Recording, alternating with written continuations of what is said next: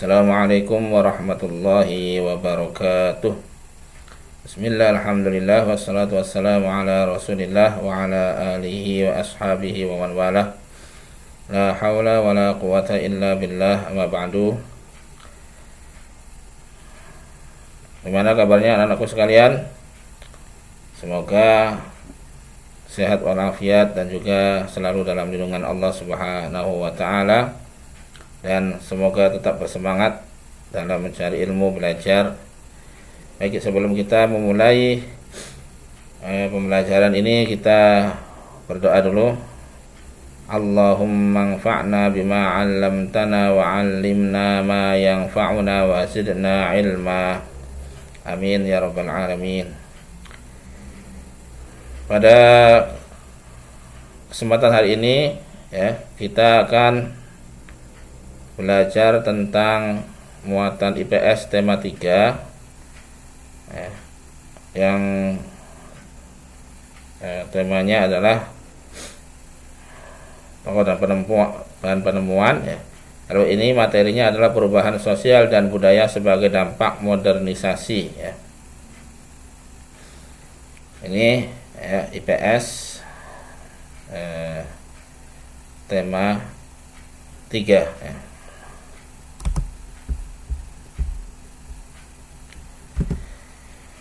Baik, seperti biasa kita akan mengetahui dulu standar kompetensi dari muatan IPS. Yang pertama, aspek pengetahuan menganalisis perubahan sosial budaya dalam rangka modernisasi bangsa Indonesia. Jadi bisa menganalisis perubahan sosial budaya dalam rangka modernisasi bangsa Indonesia. Jadi modernisasi ini akan berdampak pada sosial budaya. Kemudian yang selanjutnya, aspek keterampilan menyajikan hasil analisis mengenai perubahan sosial budaya dalam rangka modernisasi bangsa Indonesia. Jadi bisa menyajikan dalam bentuk hasil analisis. Seperti biasa kita juga akan mengaitkan dengan nilai-nilai Islam. Dalam hal ini terdapat dalam Quran surat Hud ayat 61. A'udzu billahi minasyaitonir rajim. Wa ila samud akhahum salihah qala ya qaumi i'budullaha ma lakum min ilahin ghairuh wa ansha'akum minal ardi wasta'marakum fiha fastaghfiruhu thumma tubu ilaihi inna rabbi qaribun mujib. Dan kepada Samud ataupun kaum Samud kami utus saudara mereka Salih, dan Salih berkata, wahai kaumku, sembahlah Allah, sekali-kali tidak ada bagimu Tuhan selain Dia. Dia telah menciptakan kamu dari bumi, tanah, dan menjadikan kamu pemakmurnya. Jadi pemakmur bumi. Karena itu mohonlah ampunannya, kemudian bertobatlah kepadanya. Sesungguhnya Tuhanku amat dekat, rahmatnya lagi memperkenankan doa hambanya. Jadi Nabi Salih diutus Allah kepada kaum Samud. Semua nabi dakwahnya adalah dakwah tauhid semuanya. Jadi menyuruh kepada tauhid, menyembah kepada Allah dan menjauhi segala bentuk kesyirikan. Semua baik itu Nabi Nuh, Nabi Saleh, Nabi Hud, semua nabi, semua rasul, dakwah yang pertama kali adalah tauhid. Kemudian Allah mengingatkan tentang asal penciptaan mereka, ini Nabi Adam dari tanah, kemudian menjadikan manusia ini sebagai pemakmur bumi, jadi memakmurkan bumi menjadi berkembang, menjadi berkembang pesat dalam berbagai macam bidang, karena manusia adalah khalifah sebagai penguasa ataupun pemakmur bumi. Oleh karena Allah menitipkan amanah untuk memakmurkan bumi kepada manusia. Oleh karena itu pasti akan banyak melakukan kesalahan manusia ini kalau tidak dengan bimbingan Allah. Oleh karena itu Allah memerintahkan untuk beristighfar, mohon ampun kepada Allah dan bertobat kepadanya. Karena Allah akan senantiasa memperkenankan atau mengampuni dosa hambanya dan juga memperkenankan doa hambanya. Nah, ini ya tentang nilai Islam. Tadi memakmurkan bumi itu merupakan tugas manusia. Jadi silakan makmurkan bumi dengan berbagai macam modernisasi ataupun globalisasi ataupun dengan kemajuan teknologi, tetapi jangan lupa tugas utamanya adalah ibadah kepada Allah ya. Wa ma khalaqatul jinna wal insa illa liya'budun. Dan tidaklah kami ciptakan jin dan manusia kecuali untuk beribadah kepada Allah. Ini demikian nilai-nilai Islam ya. Kita lanjutkan dengan modernisasi. Apa itu modernisasi? Ya, jadi inti dari modernisasi adalah suatu proses perubahan masyarakat dari masyarakat tradisional menuju masyarakat modern yang maju ya, atau menuju ke arah yang lebih maju dalam segala aspek ya. Makanya lawan dari modern adalah tradisional. Ya, kita dengar ada pesantren tradisional, ada pesantren modern ya. Jadi lawan dari modern adalah tradisional. Jadi modernisasi berarti proses ya, perubahan masyarakat dari masyarakat tradisional menuju masyarakat modern atau menuju ke arah yang lebih maju dalam segala aspek kehidupan ya. Itu ya pengertian dari modern. Sejarah modernisasi itu munculnya adanya penemuan baru dan juga revolusi industri ya. Itu diantara dari aspek munculnya modernisasi atau sejarahnya ya. Nah, kita flashback ke belakang ya tentang bagaimana kemajuan umat Islam ya dengan penemu-penemu Muslim ya. Kita kenal banyak sekali, ada ribuan ya ilmuwan Muslim. Sebenarnya yang di sini hanya beberapa saja yang disebutkan. Yang pertama ada Al-Baitar atau ahli tumbuhan obat atau herbal ya. Ini dilahirkan pada abad ke-12 di kota Malaga atau Spanyol atau dulunya Andalusia ya. Ini Al-Baitar. Kemudian ada namanya Al-Khwarizmi ya, penemu aljabar algoritma ya. Itu lahirnya tahun 770 ya.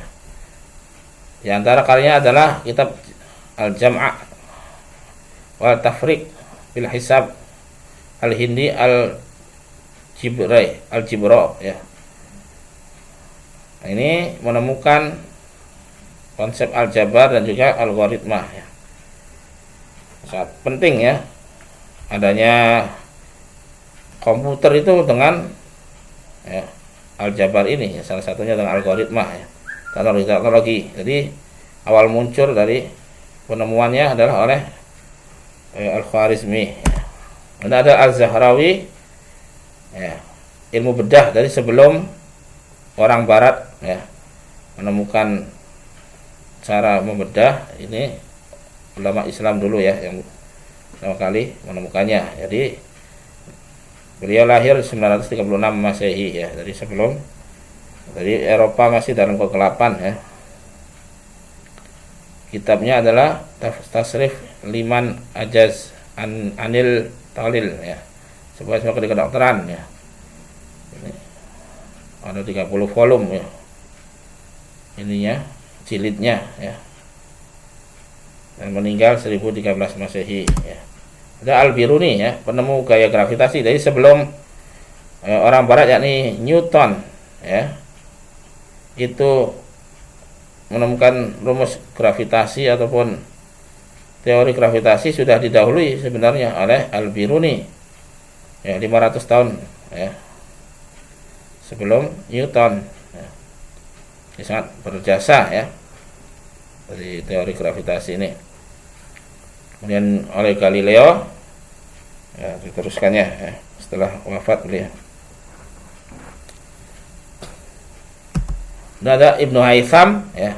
Ibnu Haytham ini seorang ilmuwan yang berbagai bidang ya, tapi yang paling menonjol dalam bidang optik ya. Nama baratnya Al-Hazin ya. Jadi lahirnya 965 sampai 1309 ya. 1039 ya. Tadi ahli dalam bidang sains falak ya, atau astronomi, matematika, geometri, pengobatan ya, filsafat. Ia banyak pula menyelidiki mengenai cahaya ya.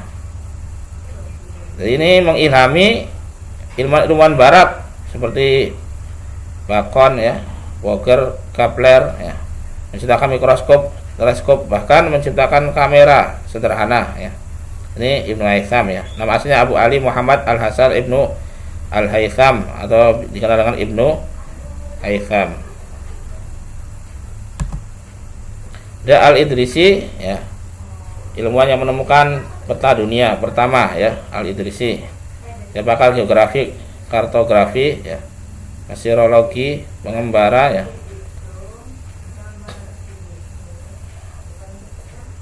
Ini dari mulai kecil ya sudah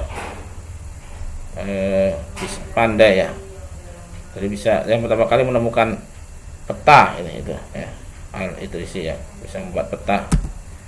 Kemudian ada Al-Jazari ya, ahli teknik nih, jadi mekanik dan juga penemu alat-alat ya, mesin ya. Pertama ini Al-Jazari, robotika modern ya. Dia pompa air ya, sederhana ya, turunnya. Dan juga yang lainnya ini berkat dari penemuan ya dari imam Islam, yakni Al-Jazari. Dan Al-Razi juga ilmu bedah ya, dalam hal kedokteran. Dia membedakan antara penyakit cacar dan campak ya. Ya, dilahirkan 240 Hijriah atau 854 Masehi ya. Inilah gurunya Ibnu Sina ya, Al-Razi. Lihat Ibnu Hayyan, ahli kimia ya. Dia lahir 750 sampai 803 Masehi. Ya. Jadi dia ahli dalam hal kimia, tentang zat yang berhubungan dengan reaksi kimia ya. Ini Jabir bin Hayyan atau Jabir Ibnu Hayyan. Dan Al-Battani ya, pertama kali yang menentukan 1 tahun sama dengan 365 ataupun revolusi bumi terhadap matahari ya. Ini yang pertama kali, di sebelum ilmuwan barat, jadi ilmuwan Islam sudah menemukannya. Baik, sekarang kita revolusi industri ya. Jadi pencapaian modernisasi dan teknologi itu dimulai dari industri ya, revolusi industri 1.0, 1.21 apa, industri revolusi industri 2.0, revolusi industri 3.0 dan revolusi industri 4.0 ya. Jadi ini ya kemajuan barat ya, dimulai dari revolusi industri ini. Yang pertama adalah tahun 1784 revolusi industri 1.0 ya. Ya, ini ditemukannya mesin uap ya, oleh James Watt ya. Jadi mesin uap ini bahan bakarnya adalah batu bara ya, sehingga terciptalah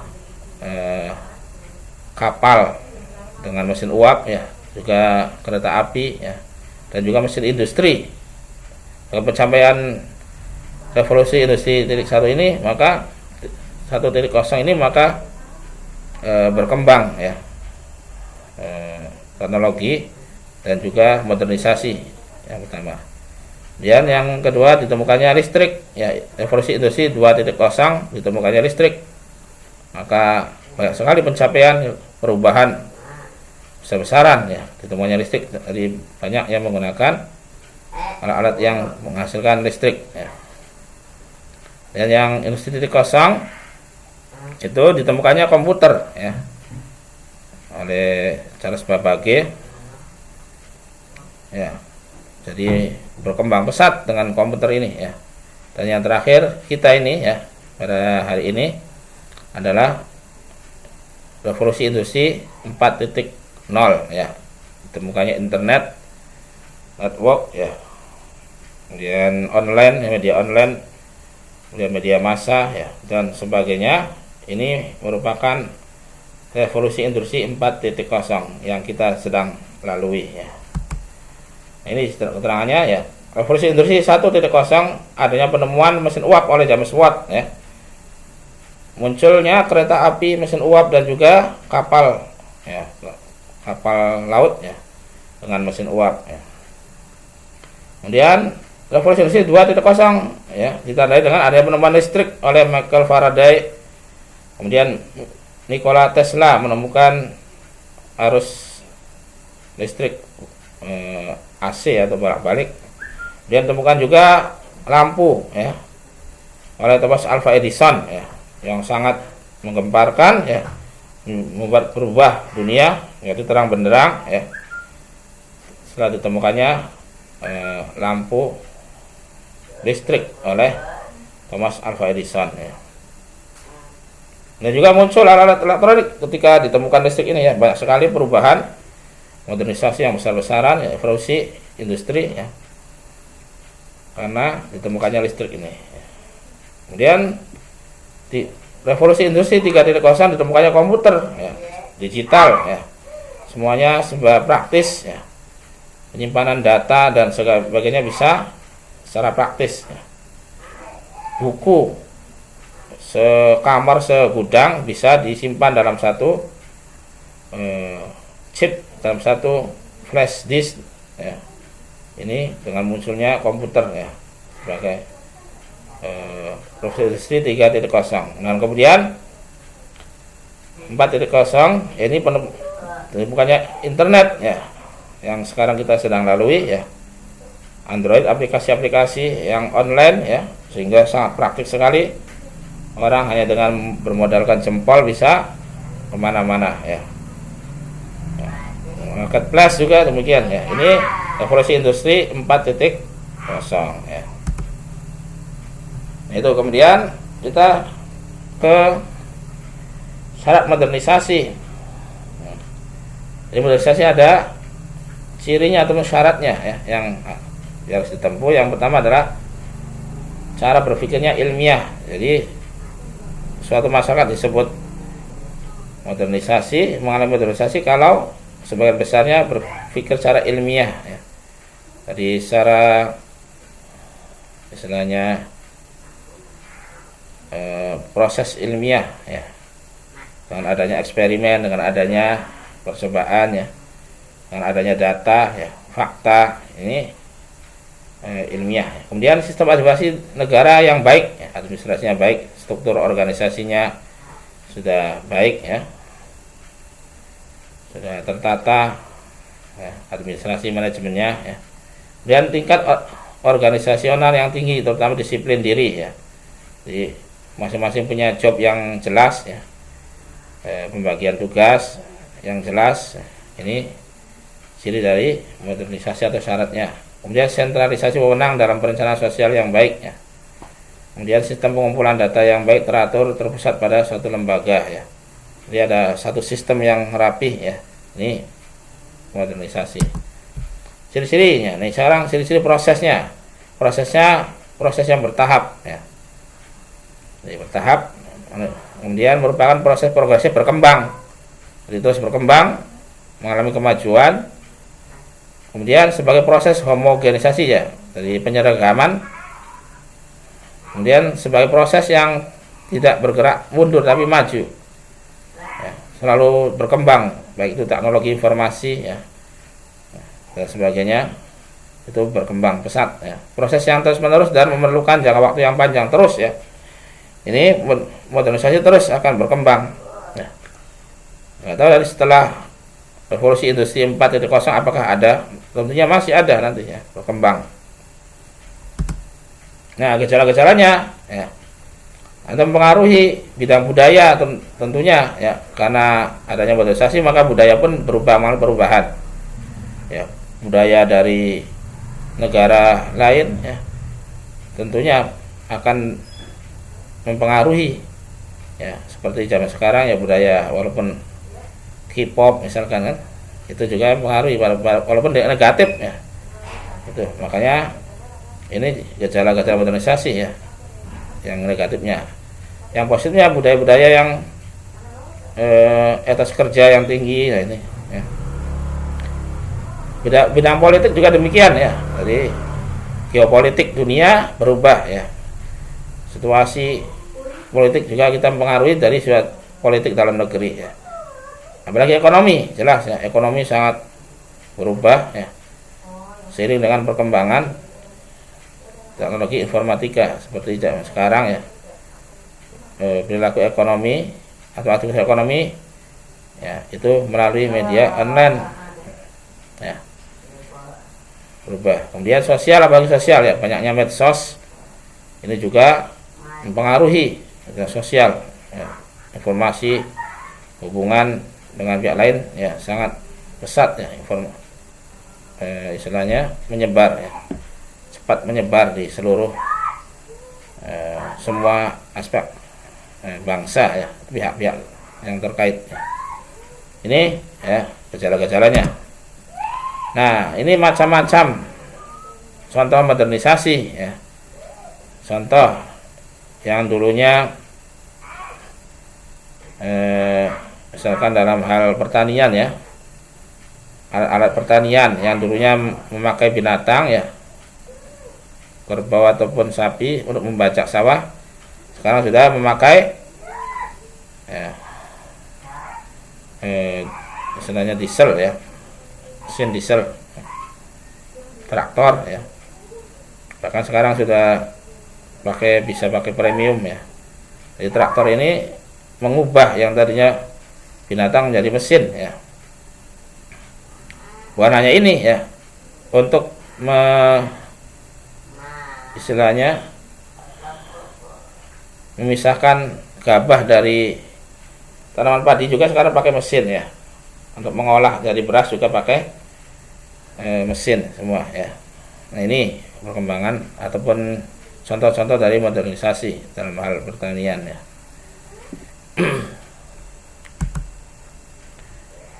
Ya, dulu ya, misalkan zaman dulu sekali pakai binatang, misalnya kendaraan ya, pakai kuda, pakai delman ya, pakai sepeda. Sekarang sepeda juga berkembang ya, sekarang ada yang pakai mobil ya. Perkembangan transportasi sangat pesat ya, terutama dengan ditemukannya roda zaman dulu ya oleh Dunlop ya. Dunlop itu nama orang ya, penemu ban mobil atau ban kendaraan ya. Jadi roda yang terbuat dari ban ya, itu Dunlop contohnya. Dan juga yang dulu ya, mesin ketik manual ya, itu untuk menulis ya. Sekarang sudah pakai laptop ya, komputer jinjing ya. Bahkan sekarang pakai HP juga bisa ya, ya. Bahkan sekarang ya, untuk bisa menulis dengan suara juga bisa otomatis ya, dirubah menjadi teks ya. Ini kemajuan teknologi dalam bidang kendaraan ataupun alat-alatnya. Nah, ini juga ya, ketika munculnya revolusi industri 4.0 ya, maka dalam hal perdagangan ya, bisa secara online ya, tidak perlu lagi punya bangunan toko ya, tidak perlu lagi ya,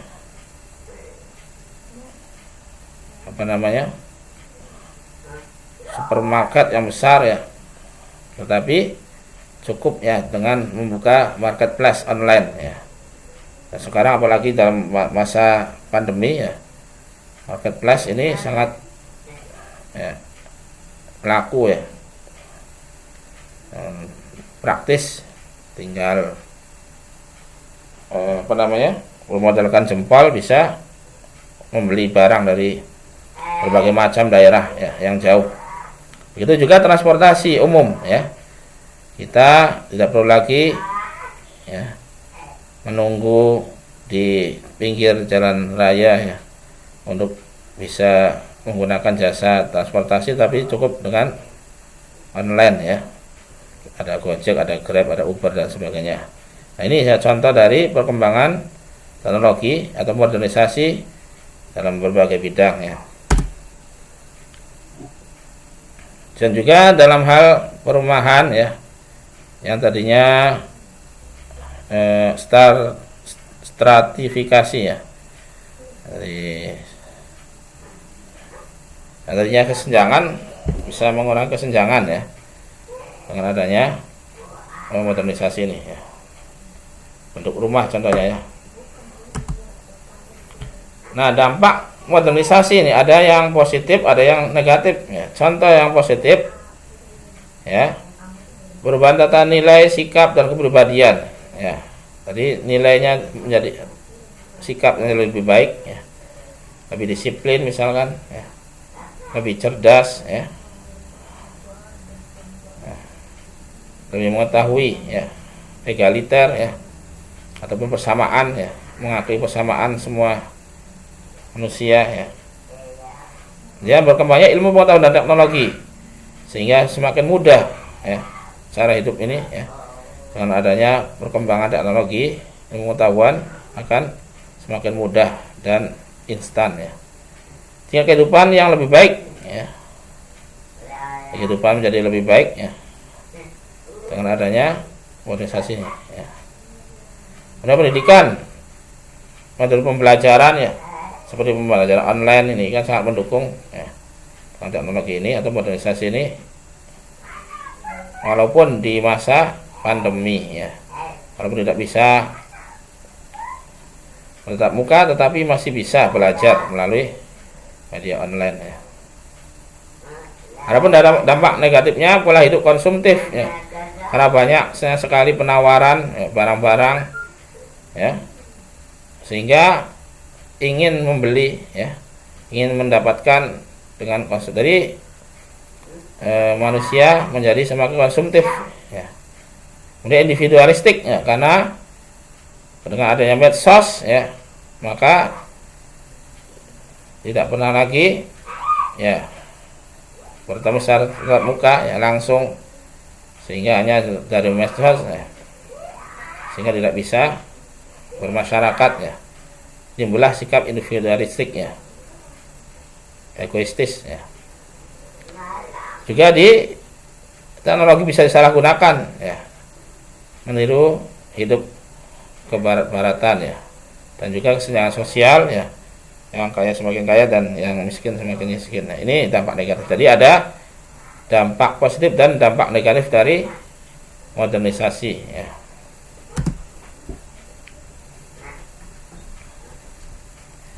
Ya, modernisasi dapat mempengaruhi sikap masyarakat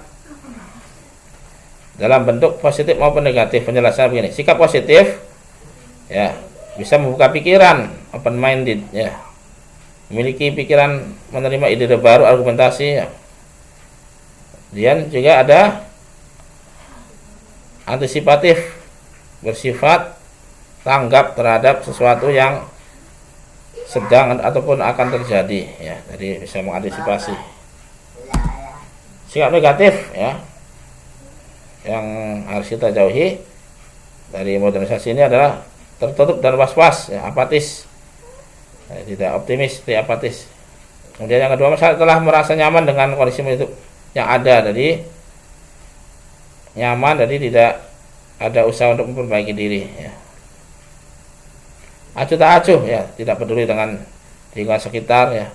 Jadi masyarakat awam kurang memahami arti strategis modernisasi ya. Tadi artinya bagaimana cara mengambil yang positifnya dan membawa negatifnya ya. Anda kurang selektif dalam menyikapi perubahan, jadi tidak selektif ya dalam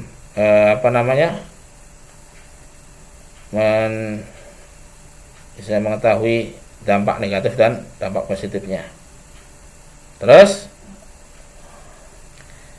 menerima begitu saja setiap hal-hal yang baru tanpa adanya seleksi filter, apakah sesuai dengan agama atau tidak sesuai dengan agama kita ya, atau budaya bangsa ya, seperti itu. Nah, oleh karena itu ya, kita jangan mengikuti arus moderasi yang negatif, tapi ikuti yang positifnya ya. Dan Rasulullah SAW mengajarkan kepada kita bagaimana cara kita ya menyikapi perkembangan yang ada di masyarakat ya. Rasulullah SAW bersabda, la takunu imma'atan taquluna in ahsanan nas ahsanna wa in zalamu zalamna walakin waqtinu anfusakum in ahsanan nasu an tuhsinu wa in asa'u fala tadlimu ya.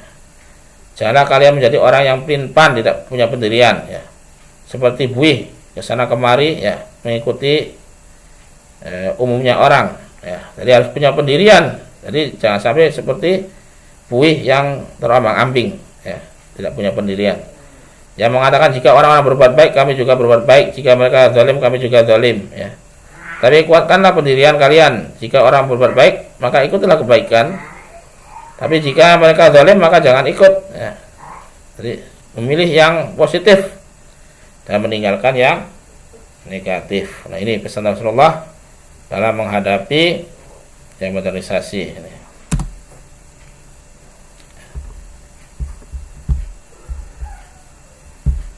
Baik, itu ya yang dapat disampaikan. Kita tutup dengan doa kafaratul majlis. Subhanakallahumma wa bihamdika asyhadu an la ilaha illa anta astaghfiruka wa atubu ilaik. Assalamualaikum warahmatullahi wabarakatuh.